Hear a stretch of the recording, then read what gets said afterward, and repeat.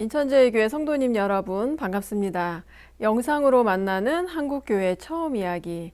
실제 우리의 삶의 이야기에 복음이 들어가니까 재미와 은혜가 참 넘칩니다.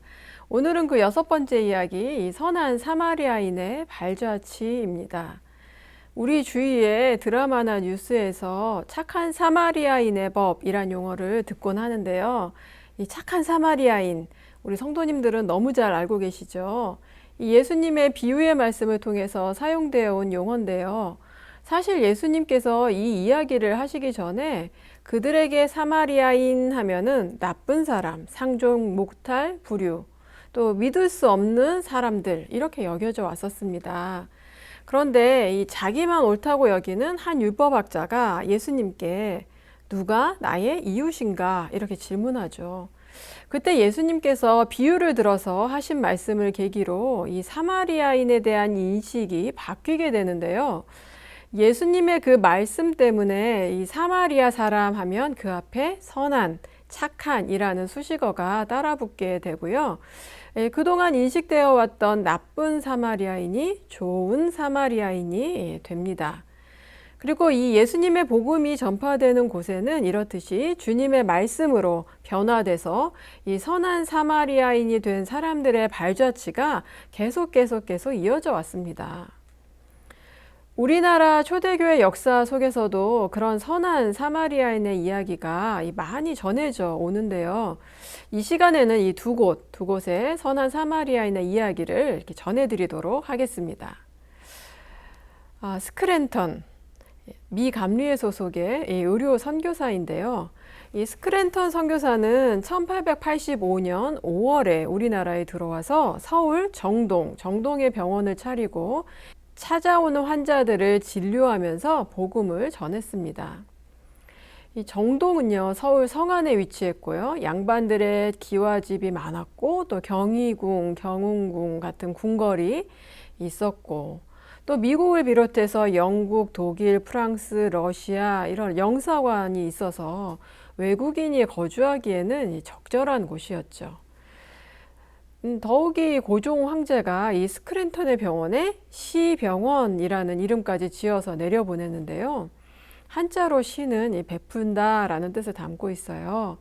이 조선사회에서 그의 병원은 그렇게 이 나라님이 보호하는 기관이라는 인식이 이제 퍼져 있었습니다.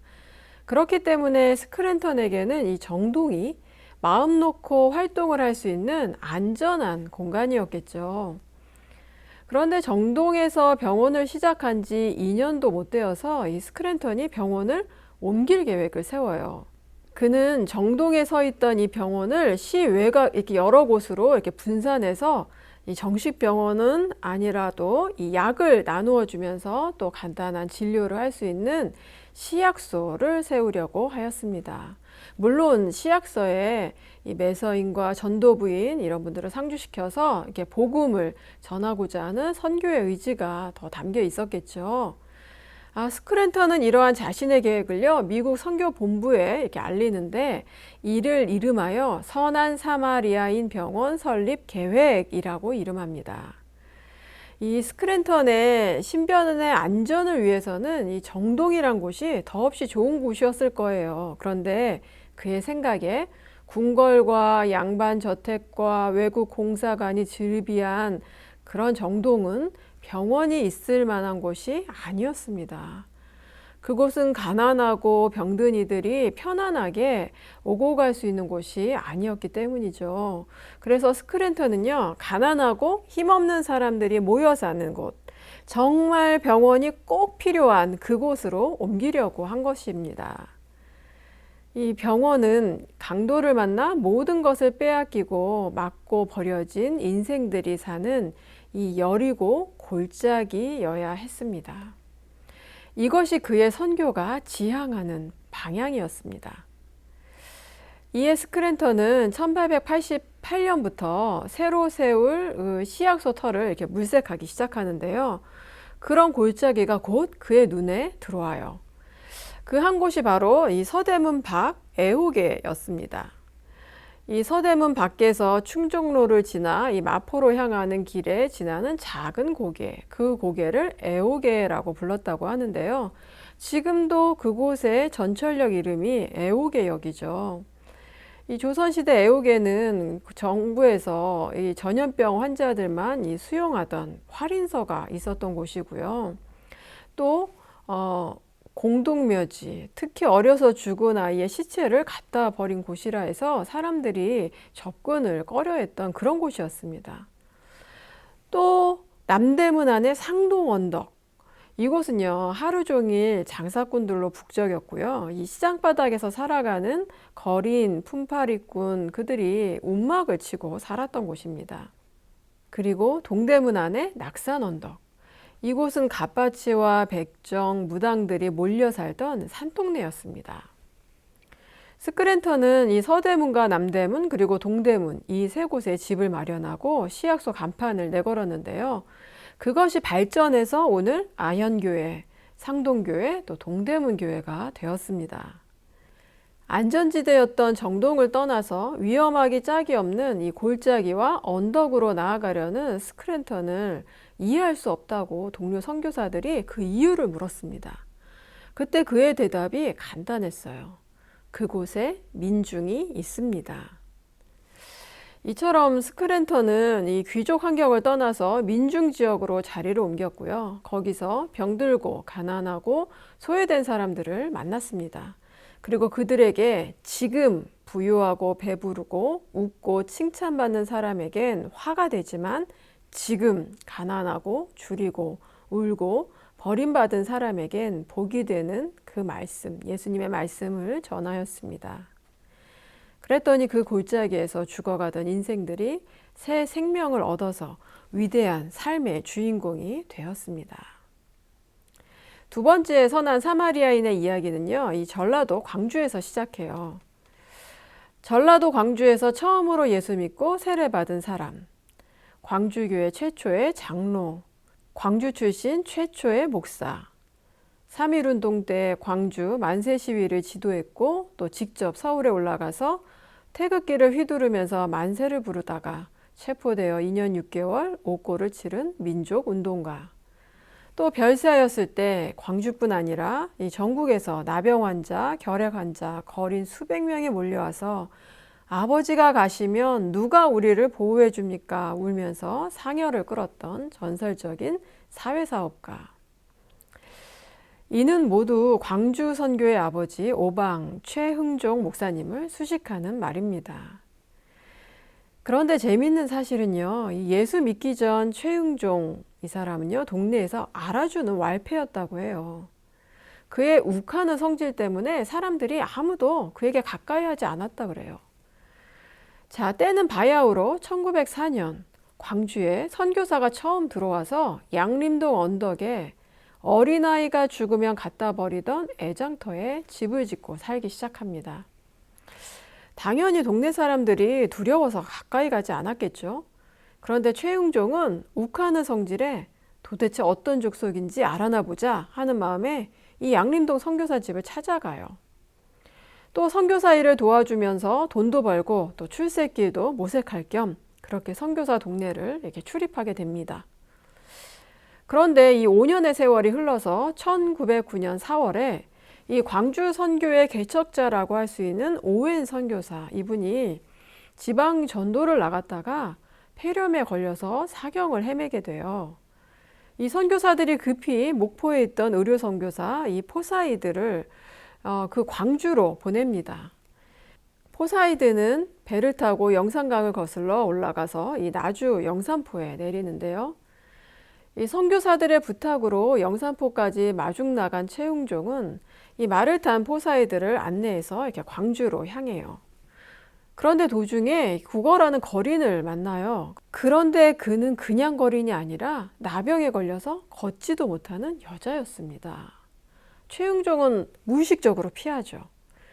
그런데 포사이드는 타고 가던 말에서 내려 그 거린에게 가더니 그를 안아서 자기 말에 태우고는 자신은 이 말의 고삐를 잡고 걷기 시작했다고 합니다. 멀찌감치 뒤따라가는 최응종에게 포사이드의 그런 모습은 도무지 이해할 수 없는 충격이었어요. 포사이드가 광주에 도착했을 때 오웬 선교사는 이미 숨을 거두었고요. 포사이드는 길에서 만난 그 나병 환자를 이 선교부 병원에 입원시키려고 합니다. 하지만 난리가 나죠. 어떻게 나병 환자와 함께 지낼 수 있느냐? 병원 환자들이 격렬하게 항의합니다. 이에 결국 그 환자를 아무도 쓰지 않는 가마굴로 옮겼고요.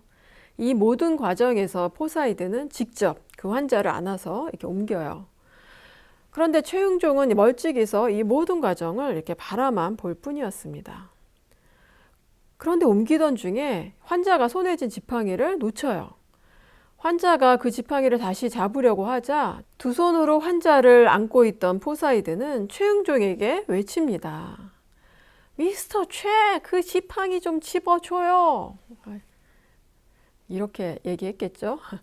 그러나 최응종은 그 지팡이를 잡을 수가 없었어요. 다시 한번 얘기해요. 미스터 최, 집어도 괜찮아요. 어서 잡아줘요. 그러나 그날 최응종은 끝내 그 지팡이를 잡지 못합니다. 그 대신에 그날 밤부터 그의 고민이 시작돼요. 왜 그는 했는데 나는 하지 못하였는가? 나는 내 동족인데도 피해서 도망쳤는데 어떻게 그는 자기 자식을 대하듯이 안을 수 있었는가? 그와 나 사이에 도대체 무엇이 다른 것인가? 포사이드는 이 오웬의 장례식 이후로 목포로 돌아갔습니다. 또 가마굴에 옮겨졌던 그 거린 환자도 얼마 후에 죽었습니다. 그러나 최응종의 고민은 계속 깊어갔습니다. 그리고 마침내 그는 답을 얻었습니다. 그렇다. 믿음의 차이다.